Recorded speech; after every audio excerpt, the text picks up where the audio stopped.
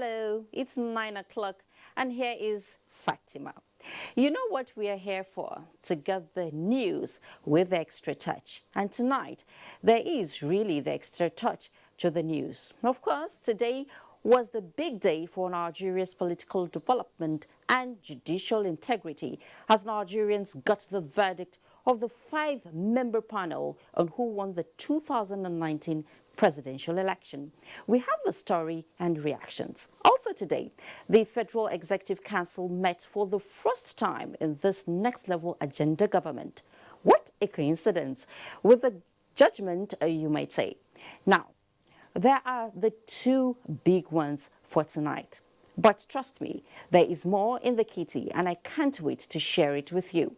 There is empowerment, health, business, sports, and lots more. Of course, you know the taste of the pudding is in the eating. So let's get it on. I am Fatima Umar-Buba and this is News Extra. You're welcome.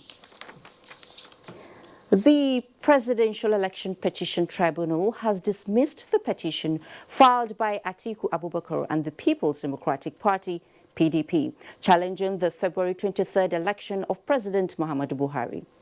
The 5-man panel, headed by Justice Mohammed Garba, in a unanimous judgment dissolved all issues in favor of President Buhari.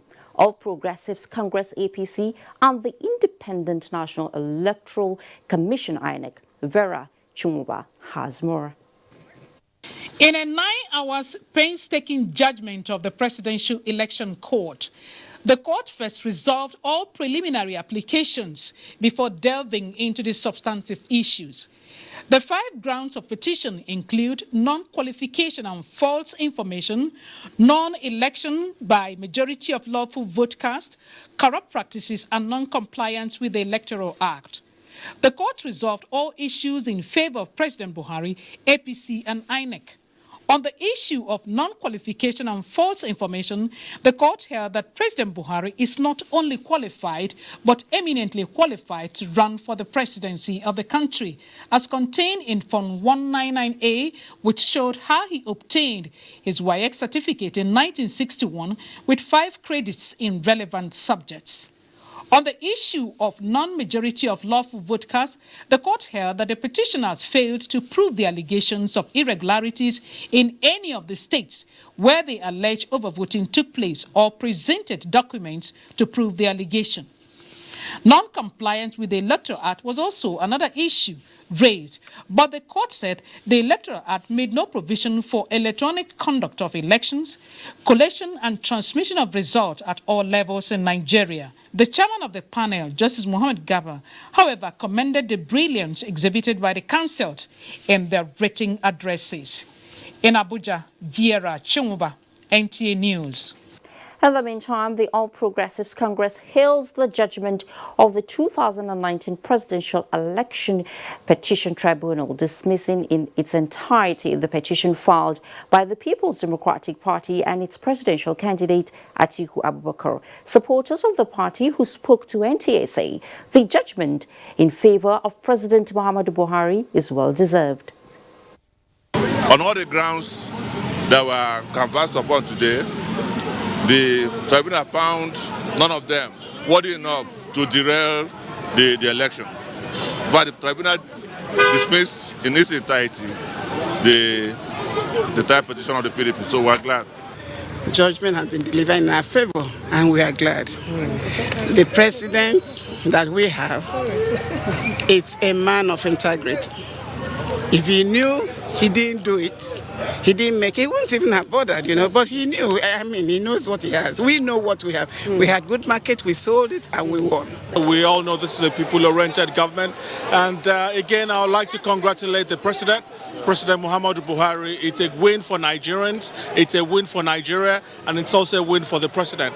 We can only wish him well, and Nigerians in the diaspora that I do represent in Nigeria also wish him well, and we're looking to good things that this government will be doing in the next couple of years. You can see the way we're jubilating. Everybody is jubilating because today is the day, it's a historic day in the history of Nigerian democracy. President Muhammadu Buhari, he assured Nigeria that he's going to give the best. And you should also, we tell the Nigerians they should help him in prayer so that he will achieve what he wants to achieve. And more reaction. A cross-section of Nigerians have described the victory of President Muhammadu Buhari at Presidential Election Petition Tribunal as democracy in action and saluting the courage of the tribunal's panel members for the judgment, which they say or describe as a landmark. Timothy Yusuf caught up with some of them. First of all, congratulations to His Excellency, Mr. President. Congratulations to the All Progressives Congress. Congratulations to Nigerians. And above all, congratulations to the Nigerian judiciary, because in the analysis of all the issues and in the transparency of delivery of all the entire judgment, every person listened to it and the judiciary acquitted itself excellently. One thing I would want Nigerians to take is that the entire judgment turned on the Electoral Act. And so this is a challenge to the National Assembly, that let them listen and take the judgment as it is, and then listen to all the issues that the judges analyzed, and then fill the gap and make a very comprehensive one-volume Electoral Act for Nigeria. It's a judgment that is well considered, is a landmark judgment. They took everything into consideration. At least one thing that is clear is that this judgment have put to rest the promotion of hype, the promotion of sensationalism and sentiment in the social media. We feel good. We feel happy. We Nigerian women and grassroots, we are very happy with that today's judgment. We are very happy. We thank God for that. Just next level, continue. It is a victory for democracy, that is to enrich the democratic process. The issue of certificate have been settled. There will be no issue of with this judgment. It has clearly give a lot of eye-opening into Nigerian law and to enrich the process. Now, on our earlier news telecast, we had in the studio a senior advocate of Nigeria, Olushola Oke, who gave more insights on the verdict of the 2019 Presidential Election Petition Court. Here are excerpts from the interview. So what's your take on the verdict of the Presidential Election Petition Court, sir? Well, let me start by congratulating everybody. We've come to the end of a very tortuous journey. I congratulate the petitioners for taking the path of law in not encouraging their members to resort to violence.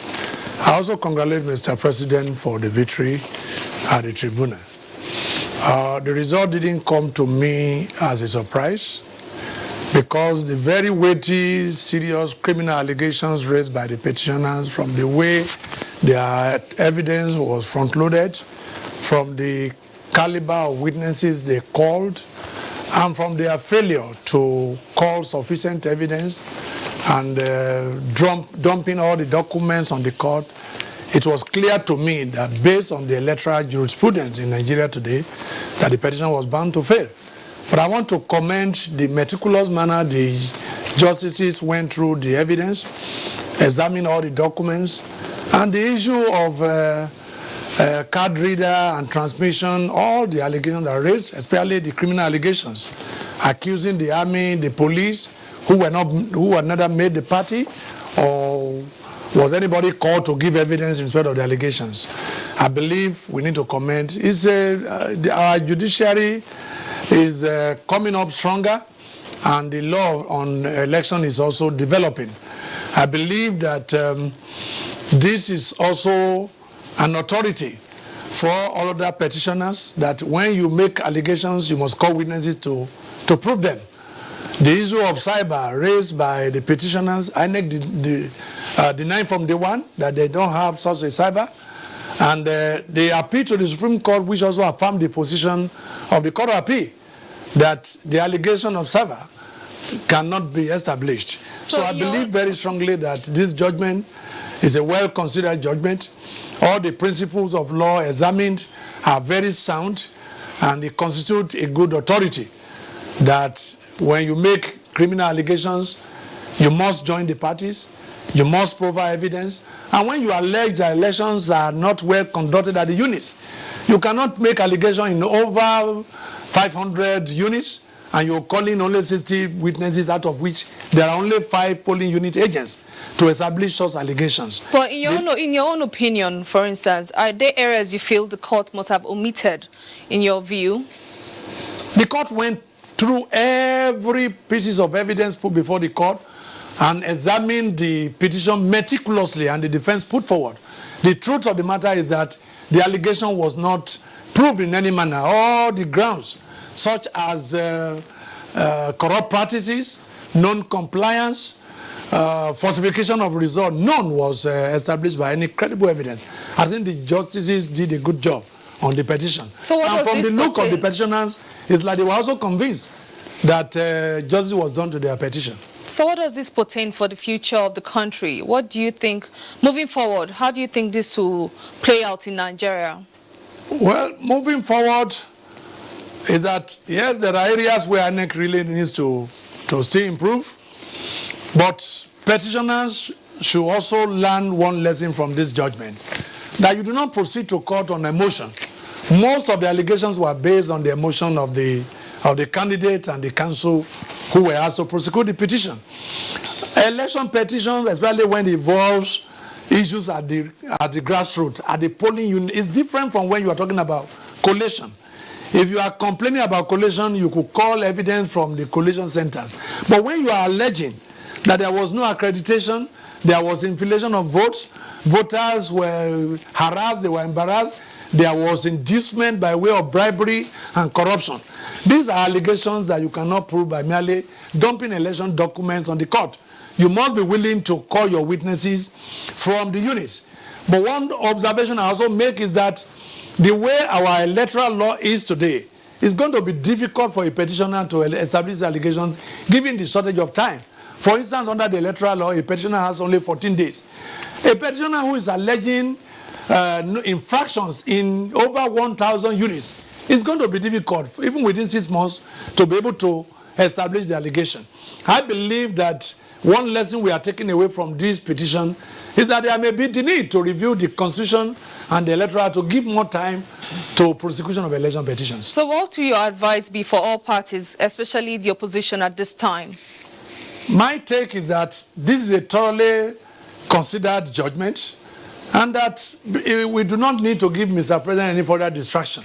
Parties will accept the outcome of this verdict, and there will be no need to pursue further appeal on it, so that all of us can come together. I listened to the statement issued by Mr. President shortly, inviting all aggrieved individuals who went to ventilate their grievances at the tribunal to join hands with him to move Nigeria forward. 4 years long, but before you know it, in another 2 years, another round of election activities will start. So I call on the petitioner, especially the candidate of PDP, not to consider the option of going on appeal, so that we can put this one behind us and look forward to a Nigeria that is stable, that is prosperous, that is economically viable, and that in another 4 years there will be opportunity for him as an individual. He's not still too old to contest if he wants to do so. That's my appeal to everybody concerned. Many and thanks. Also appeal to Mr. President in the manner of this appeal he has made.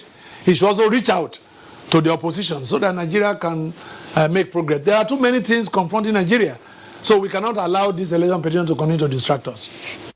Thank you very much, Olushola Oke, there for your reactions. Now, eminent Nigerians have begun to react to the judgment of the Presidential Election Petition Court, which resolved all the issues in favor of President Muhammadu Buhari and the 2 other respondents. The political stakeholders described the verdict as a welcome development. Dele Atumbi reports. The Court of Appeal venue of the Presidential Election Petition Court was jam-packed by counsel on the matter, politicians and government functionaries. Having raised 5 issues, the petitioners pleaded with the court to declare the candidate Atiku Abubakar the duly elected president. Having painstakingly taken a critical look at all the issues raised by the petitioners, the court resolved all the issues against them in favor of the respondents. This victory at the level of the judiciary made the respondents and their supporters to go agog. Rather resort to self-help in choosing to submit to the judicial process to review their grievances. And they've had ample opportunity to lay their allegations, and they've had opportunity to speak to prove those allegations. We've had opportunity to question those allegations, and the court have arrived at the decision to the effect that the allegations were unfounded. And if you're in my shoes, you don't need to ask me how I feel. But I think also very important for us as a party is that in the course of this trial, there were clear attempts to throw mud at the person and the integrity of the president when people question his claim to whether or not he went to secondary school and whether or not Muhammadu Buhari is the same as Muhammad and whether or not he swore to false affidavit. Now, these are issues that impinges on the integrity of the president. Now, those who made those allegations have had opportunity to prove them. And as the court has found out, they were not able to prove them. And the court, listening to the lead judgment, said, our president is not just qualified, he's eminently qualified. The Presidential Election Tribunal have settled the election petition and have found that the mandate given to President Muhammadu Buhari and his vice president by Nigerians have been upheld by the court. So this will give the much needed boost so that the president will continue to deliver on electoral promises and continue to build a Nigeria that works for all. We thank Almighty God for the judgment. It's analytical. And we thank Almighty God for giving them the wisdom. First of all, let me congratulate millions and millions of Nigerians who supported us in the course of this petition. It encouraged us, and we are happy about it. It energized us. We are very, very happy about it. President Muhammadu Buhari, as a respondent in all the 4 petitions which was laid before the Presidential Election Petition Court, recorded victory in 2, and 2 of the petitions were voluntarily withdrawn by the petitioners. The petitioners before the court at its inception were African Action Congress, People's Democratic Movement, Hope Democratic Party, and the People's Democratic Party. This verdict brings to a close all the petitions filed before the Presidential Election Petition Court. In Abuja, Dele Atumbi, NTA News. Reactions to the PEPC judgment there. I can now tell you without fear of contradiction that the next level agenda of President Muhammadu Buhari is airborne with the maiden edition of the Executive Council meeting, and the President is reassuring Nigerians that the next level Federal Executive Council would not fail in its responsibility of guaranteeing their safety, security and prosperity. He made the promise while addressing members of the council before the commencement of their maiden meeting. The president insists that selfless service to the nation and to humanity must remain the guiding principle. State House correspondent Adamu Sambo has the details.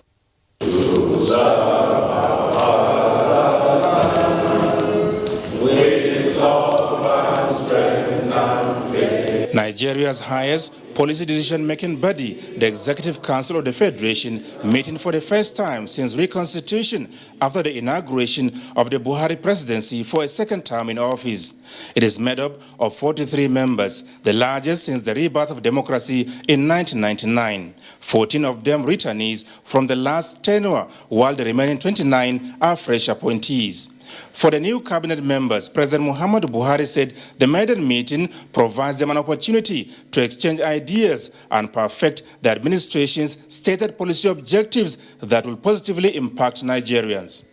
The majority of Nigerians who voted for us gave us a clear mandate. A, to enhance the security of lives and property across the entire country.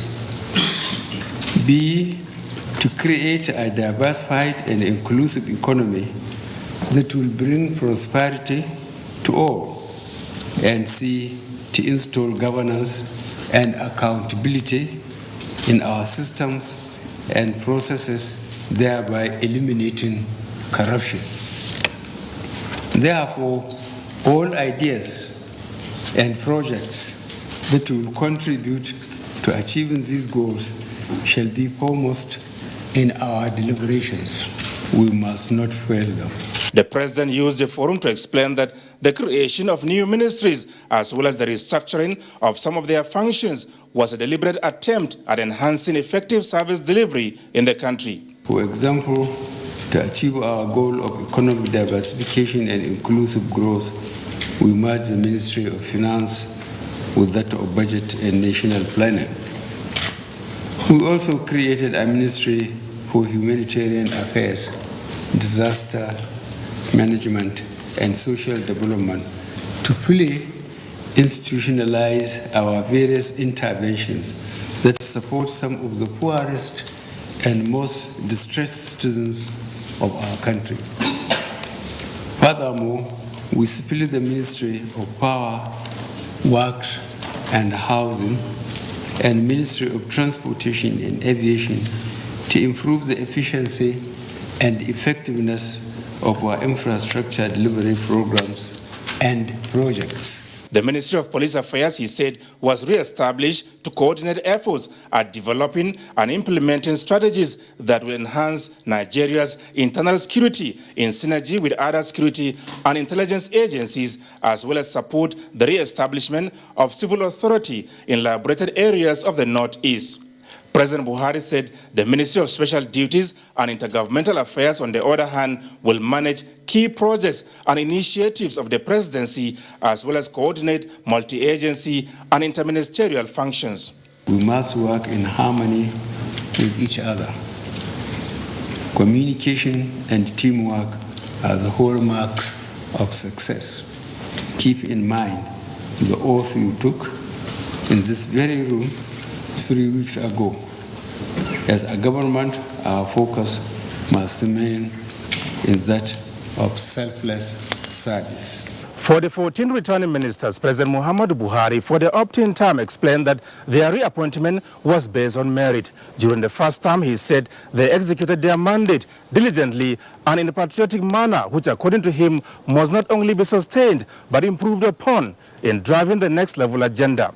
The president therefore instructed the secretary to the government of the Federation, Boss Mustafa, also a returnee, to draft a schedule of responsibilities for both the substantive ministers and ministers of state for his review and final approval. From the State House, Adamu Sambu, NTA News. Many thanks, Adamu, for that. More reactions to the Presidential Election Court judgment when we return. Please stay with us.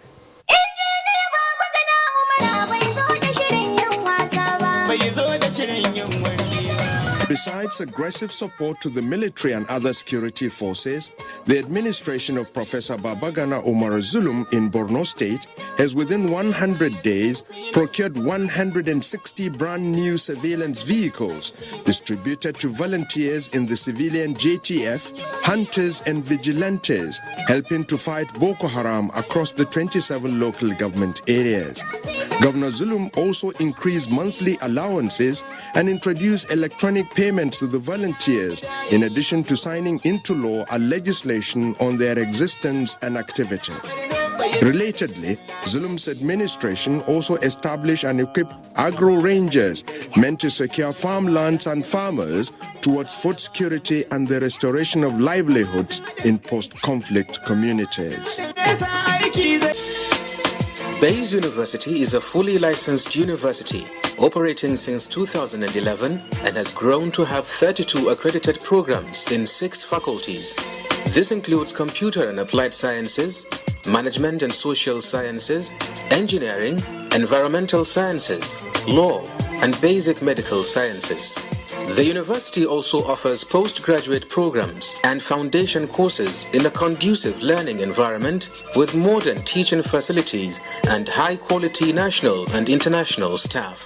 Baze University graduates have either progressed into respectable career positions or have obtained postgraduate degrees from different parts of the world with distinctions. Call or visit www.bazeuniversity.edu.ng. Baze University, Abuja. Learn to live. I love the new look of my favorite Nivea black and white deodorant. Same reliable double protection against sweat and against stains. No white marks on black and no yellow stains on my white clothes. Proven 48-hour protection with the new look black and white deodorant from Nivea.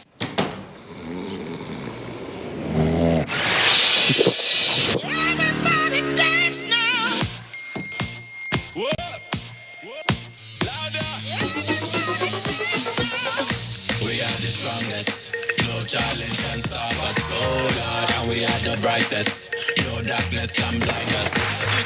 We are the strongest. Malta Guinness is packed with B vitamins to fuel your greatness. Hello? Hello, Kenny. If you make 10 tops by this time next week, sharp. Yes, sir. Yes, sir, but... Talk later. You won't get money now. Hurry up!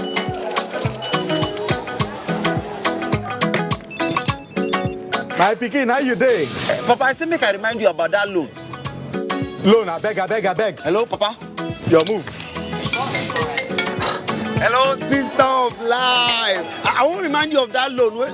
Hello? The number cannot be reached now. Hello, Oga.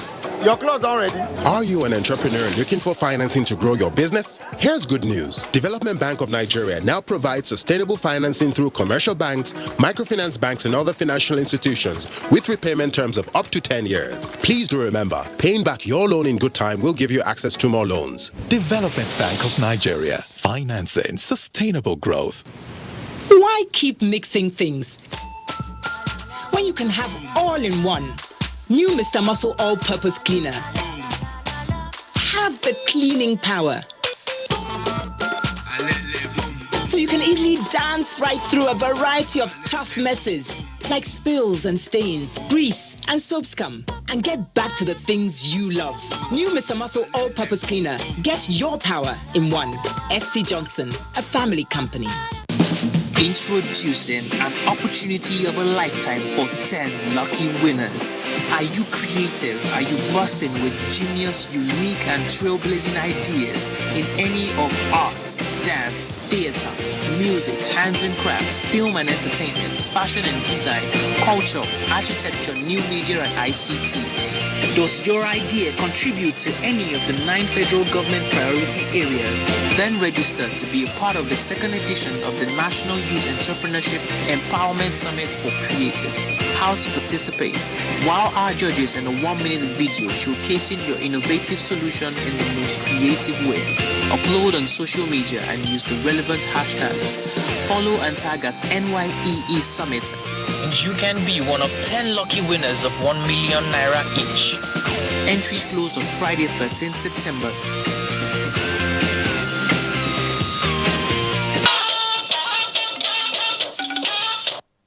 Welcome back. The Federal Executive Council has approved the medium-term expenditure framework and fiscal strategy paper for the year 2020 to 2022. The document projects 10.07 trillion naira as budget size for the 2020 fiscal year. The Minister of Finance, Budget and National Planning, Xenophobia, announced this after the maiden meeting of the Council in the last lap of the Buhari presidency. The State House correspondent Adamu Sambo reports on this and other resolutions adopted. The meeting, presided over by President Muhammadu Buhari, lasted over 7 hours, considering the various memoranda submitted by members as part of efforts to take Nigeria to the next level. One of those approved is the medium-term expenditure framework and fiscal strategy paper designed to guide the nation's developmental projects for the 2020 fiscal year. Finance, Budget and National Planning Minister Zainab Ahmed reported to Council that despite the global economic recovery looking sluggish, Nigerian economy has gained momentum. We have seen today 9 quarters of consecutive GDP growth, and the annual growth has increased from 0.82% in 2017 to 2.02% in the first half of 2019. Headline inflation has peaked from 18.72% in January 2017 to a low of 11.02% in July 2019. We've also seen positive accretion to the foreign reserves, and this has been sustained, rising from 23.81 billion in September 2016 to 43.7 billion by August 2019. The government, she said, has committed to intensifying efforts at enhancing the non-oil sector-driven growth, as well as continuing with the implementation of the ongoing financial management reforms.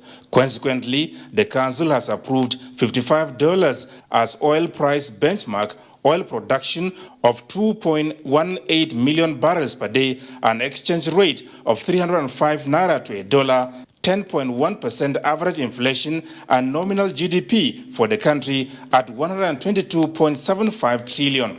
In addition to these key parameters to be proposed to the National Assembly for approval, the meeting also agreed to start the process towards increasing the value-added tax rate from 5 to 7.2%.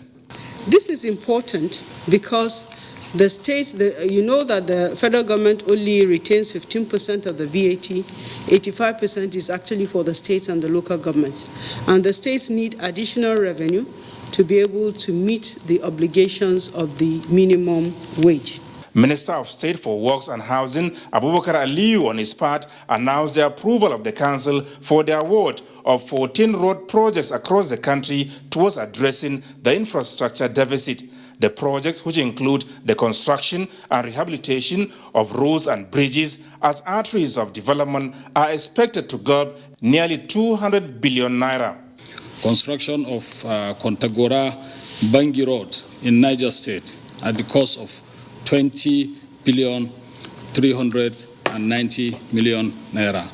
Rehabilitation of 2 outstanding sections of Oba Nnewi Arondizugu Okigwe Road in Imo State, Imo and Anambra State, in the sum of 12,752,627,088 naira 89 kobo. Also approved is the revised estimate of the total cost of the rehabilitation of Itape Ajakuta rail line and the construction of 12 station buildings, as well as some track works. The contract was awarded at $122 million, but requested for a total of 56 million additional works, now bringing the contract of Itape to Warri to a total of $478.7 million.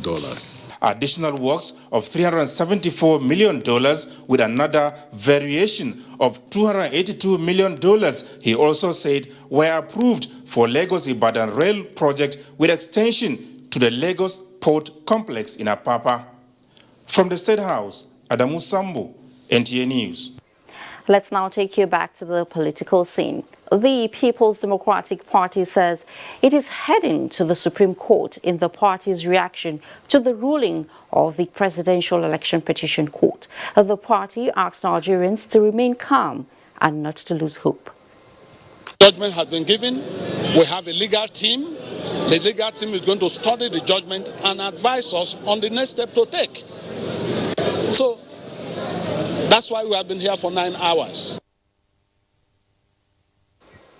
And to talk more on the judgment, we have Daniel Bwala. He is a legal practitioner. He's here with me.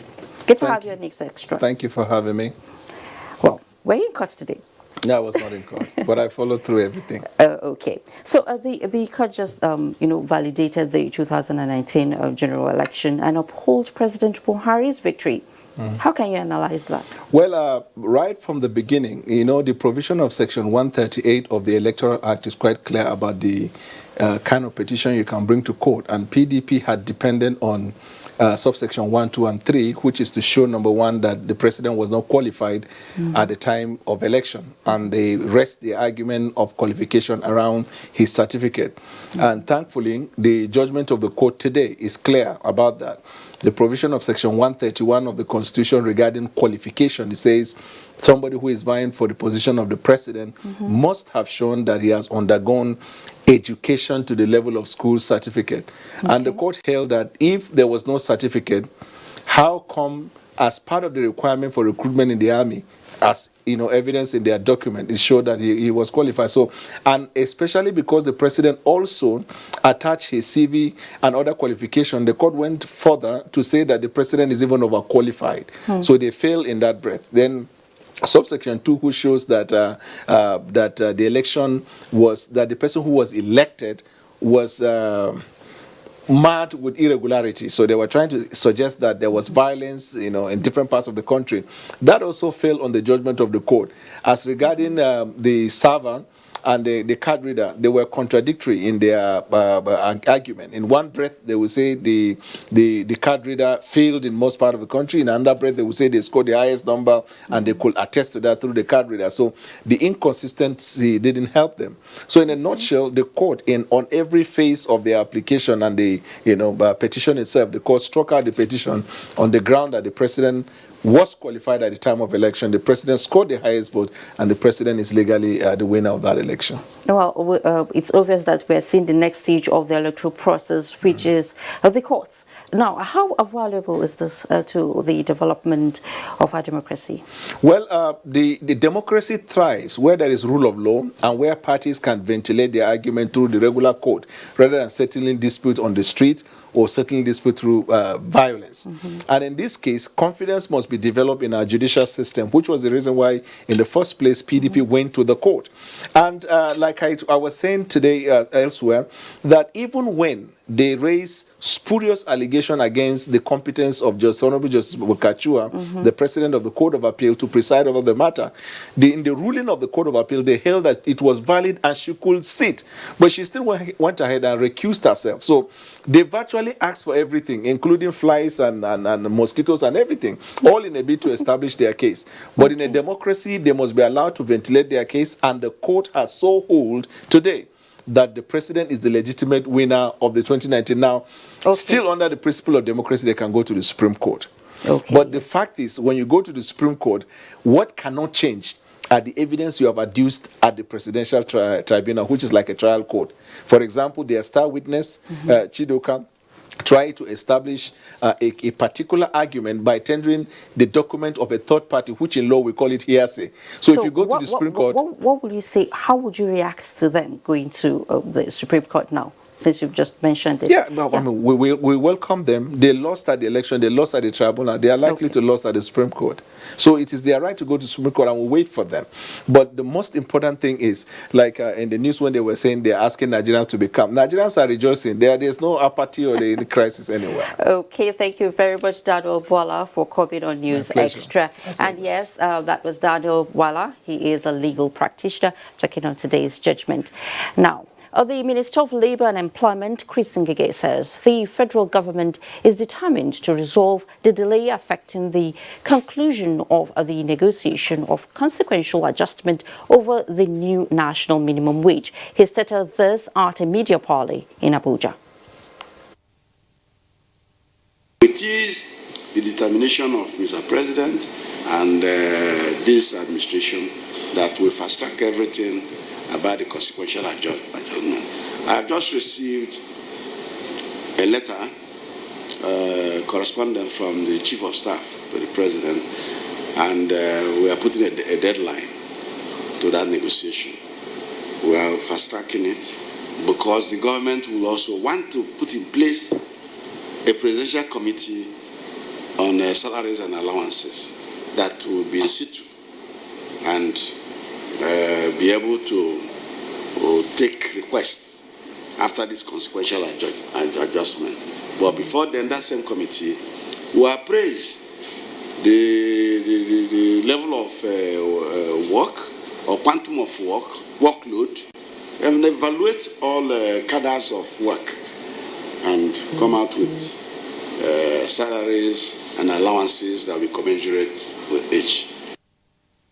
In another development, the Ministry of Labour, through its agency, has started a safe workplace intervention program by distributing safety equipment to employers as part of efforts to reduce injury and death at workplace. The initiative by the government is to encourage employers to ensure conducive environment is provided for higher productivity. And President Muhammadu Buhari has described his victory at the Presidential Election Petition Tribunal as a victory for Nigerians who trooped out to overwhelmingly elect him for a second term. The president, in a statement by his special advisor on media and publicity, Femi Adesina, dedicates the victory to God and to Nigerians, while also commending the judiciary for dispensing justice without fear or favor. President Buhari extends a hand of fellowship to those who had felt aggrieved at the outcome of the election and went to court, noting that it was within their democratic rights. He notes, however, that with the pronouncement of the judiciary, it is time for the country to move forward as one cohesive body, putting behind all bickering and potential distractions over an election in which Nigerians spoke clearly and resoundly. And delegates from over 120 countries attending the ongoing United Nations World Tourism Organization's 23rd General Assembly have unanimously adopted a comprehensive global roadmap for a sustainable growth and development of the tourism sector in Russia. Anthony Fossen reports. The roadmap endorsed by the General Assembly has the capacity to address some of the SDG targets in the area of eradicating poverty, fighting inequality and injustice, as well as solve climate change challenges. The UNWTO Secretary General Zurab Pololikashvili, in his address, said the roadmap is a deliberate policy document designed to fit into any society around the world to help drive the process in attaining a global standard acceptable to all. Our job is to see to it that tourism, along with bringing a maximum of benefits to the host country, should do so with minimum impact on the environment and should develop in a sustainable and inclusive way. Speakers from the different parts of the world whose nations have put tourism in the front burner as a revenue earner made inputs on how to make the sector globally friendly as well as attractive to would-be tourists. While emphasis was placed on youth and women empowerment, it keyed into the federal government of Nigeria's current plans to hold a summit on the role of youth and women in tourism as part of efforts to harness their talents and develop the sector. It further confirms that Nigeria is on the right path and that we're on track to actually make tourism a key driver in our economic development and social equation. The administration of Muhammadu Buhari has consistently put its emphasis on these issues. Between 2015 and 2019, we dedicated an unprecedented 27% of the capital of our budget on capital projects. We're talking about roads, we're talking about infrastructure.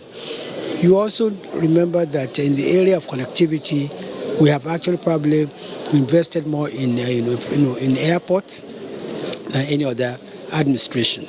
Lai Mohammed maintained that Nigeria will leverage on its comparative advantage. When you look at youth and women, of course, the most vibrant industries in the creative industry in Nigeria, which is music and the film industry, you can see that it is populated by youth. And again, what we've done in this industry is to include them in the pioneer status so that they can be entitled to, tax relief. So overall, I'm very glad that Nigeria is on the right track in making tourism a key driver in economic development, and everything that you need to push, tourism forward. That's what we are doing. The General Assembly is the supreme organ of the United Nations World Tourism Organization. Following the endorsement of the roadmap at this General Assembly, it is expected that member nations who are signatory to the United Nations World Tourism Organization will go back home and implement this policy to ensure that tourism is developed to its fullest capacity. From St. Petersburg and the Republic of Russia, Anthony Forson, NTA News. And back home, Vice President Yemi Osinbajo says the federal government will continue to collaborate with state governments in fighting the menace of insurgency, banditry, and all forms of criminal tendencies across the country for the overall growth and development of the nation. Usman Mukhtar reports that this was while the Vice President was inaugurating patrol vehicles and motorcycles procured by Adamawa State Government for security agencies in the state. Aside pockets of violence which occasionally recorded in some parts affected by insurgents, Adamawa State has been bedeviled with cases of kidnapping and Shila boys who terrorize citizens. To respond to the menace, immediately after coming on board, Governor Ahmadu Umaru Fintri's administration gave more attention on security of the people, which gave birth to the purchase of 60 patrol vehicles and 50 motorcycles to enhance security operations. Inaugurating the operational vehicles, Vice President Yemi Osinbajo describes as right step taken by the government to fight security challenges. We all, of course, recognize how important security is, especially today. Governor Ahmadu Umaru Fintiri said his administration is ever ready to ensure the security of lives and property of its citizenry. The launch of the security support vehicles under Operation Farauta, which my government initiated to tackle all forms of criminality. Vice President also interacted with traditional rulers as part of his working visit to the state, where he acknowledges the importance of the institution in maintaining peace and order in the society. In Yola, Usman Mukhtar, NTA News. Thank you, Usman. And the Federal High Court sitting in Lagos has commended parties involved in the out-of-court settlement in the suit filed against the former Cross River State Governor Donald Duke by the United Bank for Africa and Assets Management Company of Nigeria, AMCON, in the sum of a 537 million naira debt. The presiding judge, Justice Nicholas Owegbu, gave the commendation when the parties reported to the court the outcome of the out-of-court settlement in Lagos. Tunde Saiki reports. The suit before the court against the defendants, an ex parte application by AMCON and UBA in the sum of 537,334,360 naira 77 kobo. At the resumption of proceedings, counsel to the former governor told the court that his client has approached AMCON with a view to settling the matter out of court. This was confirmed by AMCON counsel. The court today has made its judgment, and furthermore to also say that the defendants have met their obligations and they have paid the agreed reduced amount, and the matter is now over. One thing is clear, you have defendants, in particular the second and third defendants, who are people who honor their words and their obligations to duty and to the state. And that has played out. Even the court was pleased. It will be recalled that the defendants in the suit, Stone Edge Investment Limited, Mr. Donald Duke, and Mrs. Owanari Bob Manuel Duke, were sued by AMCON and UBA, praying the court for an order of interim attachment, possession and custody of the property located at number 3 Temple Road, Ikoyi, Lagos, having been used as a mortgage by the defendants as collateral in securing a loan. In Lagos, Tunde Saiki, NTA News. In another development, the Federal High Court sitting in Lagos has granted the final forfeiture of $2,140 million recovered from former Minister of Petroleum Resources, Desani Alison Madueke, to the federal government. Justice Innocent Owegbu gave this ruling after disclosing his facts on the case based on the council's submissions. Abolori Ogbara has the report. At the Federal High Court sitting in Lagos, Justice Innocent Oweibo disclosed that the ex parte application filed by Economic and Financial Crimes Commission, EFCC, to forfeit the jewelries worth $40 million belonging to the former Minister of Petroleum Resources, Diezani Alisi Madueke, is said to be proceeds of some unlawful acts, fraud and other illicit means. Justice Oweibo also stated that the council's submission was on issue of whether the acquired jewelries were gifts. And if that is the case, where were they given? And if not, respondents should provide evidence why the property should not be forfeited to the federal government. It's not that we didn't show cause, it's that we chose a different approach. And the court decided that our approach was not in keeping with the law. And that's how it turned out. The respondent did not prove to the court and not satisfy the court as to how she acquired the property. The submissions by the council also show that Diezani was appointed Minister of Petroleum Resources in April 2010, and findings by the EFCC revealed that Diezani started acquiring the jewelries in 2012 from various jewelry stores. Justice Oweibo, in his ruling, said the respondent failed to prove the charges against her beyond reasonable doubt. He, however, ordered for the final forfeiture of the property in Lagos. Abolore Ogbara, NT News.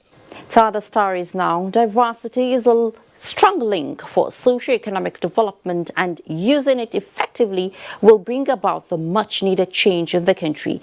Experts are the African Conference on Peace, Diversity and Education, put together by the Institute for Peace and Conflict Resolution and the University of Bradford, believes that Nigeria has all it takes to strengthen and foster cohesion as well as productivity. Hamman Jabani reports.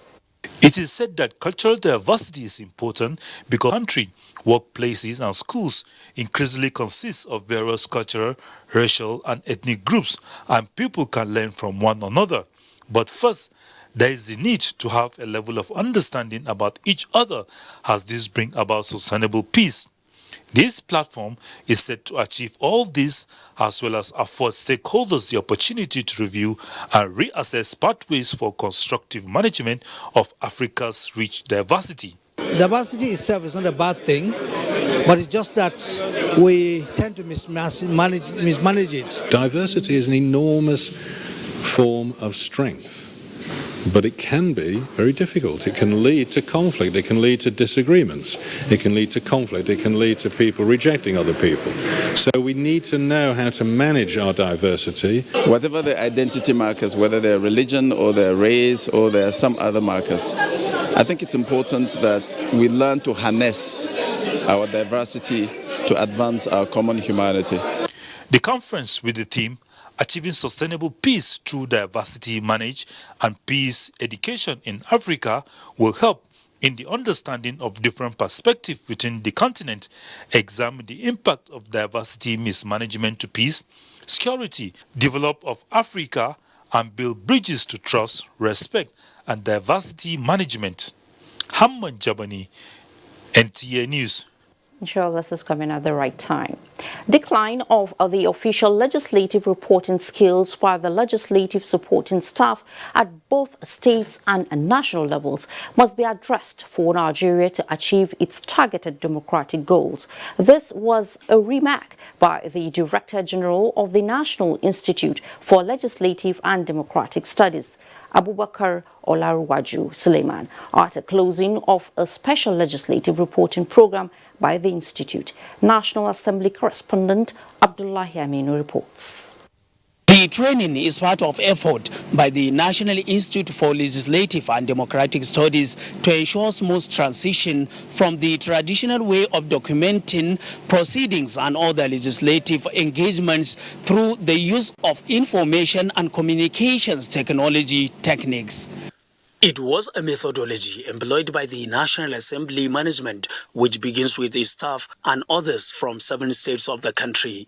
The idea is to equip them with requisite knowledge to perform in accordance with global best practices. I needed it highly so that I can be able to perform effectively and efficiently. I believe we are going to do a perfect work and produce a perfect answer for the public to see. We are going to put this knowledge we've learned into use to improve the performance of the legislature. The skills acquired are expected to enhance productivity and quality of various engagements by the legislative staff. Let the impact be felt by your colleagues. Let the impact be felt by your employer. Let God bless your knowledge so that you can put that knowledge to bear on the development of this country. With the development of legislation and stability in the democracy, this field will become a very attractive field. Parliamentary reporting and modern writing skills, elements of constitutional law and lawmaking process in Parliament formed part of the program. In Abuja, Abdullahi Aminu, NTA News. To xenophobic attack matters arising. The days of apartheid in South Africa recorded strong voices that included Nigeria, which helped the country in its liberation struggle. But what has happened to history in the face of xenophobic attacks, especially on Nigerians? Why is xenophobia so prevalent in South Africa? And what is the position of international laws on this? Over to Talato Ezeriki for answers. Nigeria and South Africa have had a long bilateral cordial relationship expected to be consolidated. But the increase in the spate of xenophobic attacks on foreigners, in particular Nigerians, could threaten this relationship, analysts say. The South Africans had properly educated on the history and how the fellow African nations fought for them in their fight for independence, they wouldn't be doing what they're doing now. You need wisdom to handle it. That's number one thing. It has been observed that the spate of xenophobic attacks is fast becoming a norm in South Africa, as the locals, at slight provocation, vent their anger on foreign nationals, who they accuse of taking their jobs, causing crimes, and having vintage positions. This development is, however, condemned by the South African government, even though there are speculations of compromise by traditional rulers and the police. Many have therefore frowned at the recent xenophobic attacks that started in March this year. Nigeria, as a big brother, is handling the matter diplomatically in order not to compromise bilateral relations. The African Union should up its game, and we have expected the African Union to come out strongly in sanctioning South Africa in several ways. Even in the past few months, there has been continuous riots and demonstrations in South African communities against lack of social and basic amenities. And that is what at times snowballed into xenophobia attack. For others, the need for South African citizens to pursue developmental path in the continent and align with its president's stand to protect the rights of every Nigeria and other foreign nationals in the country. We have had agreements with bilateral agreements, multilateral agreements on this issue of xenophobia and like the Banjul Charter. So the government now is ready to take definitive action.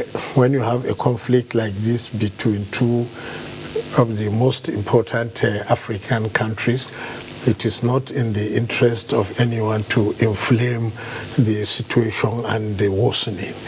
The right thing to do is to de-escalate and all seek for a solution. It is generally agreed that Africans must continue to speak one language of unity, peace and progress for the overall interests of all. Talat Ezerike, NTA News. And the recent signing into law of the 11-year-old Nigeria Correctional Service Bill has been applauded by stakeholders in Nigeria criminal justice system and some members of the general public. Guests on NTA program Good Morning Nigeria are of the opinion that the reform will not only help to decongest the prisons, but will also serve as a correctional and rehabilitation center for offenders. Ali Karpanachiarua reports. Yes, Nigerian Correctional Service, previously known as Prison Service, has been heavily criticized for overcrowding and poor living conditions. The guests on Good Morning Nigeria maintained that for the act to fulfill its aim of rehabilitating and reintegrating of offenders into the society, modern educational and training facilities must be provided. We must be thinking about expanding the role and the capability of the Ministry of Social Welfare, creating correctional service department in that ministry that will link up with the correctional services, non-custodial services within the prison, such that they can then contribute to the non-custodial services in supervision, in reintegration, in rehabilitation. Once the early warning signal is triggered by virtue of Section 12, subsection 4, by the Correctional Service, to the agencies and platforms that actually have this role. And if you look at those that are listed, these are people who have an influencing power in terms of determining the inflow of persons into custody and the outflow of these persons, because those are the two critical things you need to control the population. While speaking on the program, the Controller General of Correctional Service, Jafaru Ahmed, stated that beyond the name change, the law has also made provisions for non-custodial sentencing of minor offenders instead of sending them to already overcrowded jail houses. Within the last 3 years, there was a demonstration of interest, a renewed interest by this administration to see that they position the Nigerian Prison Service for this act to come. That is the Nigerian Correctional Service Act. We have already come out with a strategic implementation plan that we will present to government. We will present to the Minister of Interior, who will now present it to government to see how this can be done. The guests also appealed to the states to collaborate with the federal government for the effective execution and implementation of the bill. In Abuja, Alika Okpanachi, Arua, NTA News. This is News Extra on the network service of the NTA. We're now going on a short break. We'll be back with more reports. Please stay with us.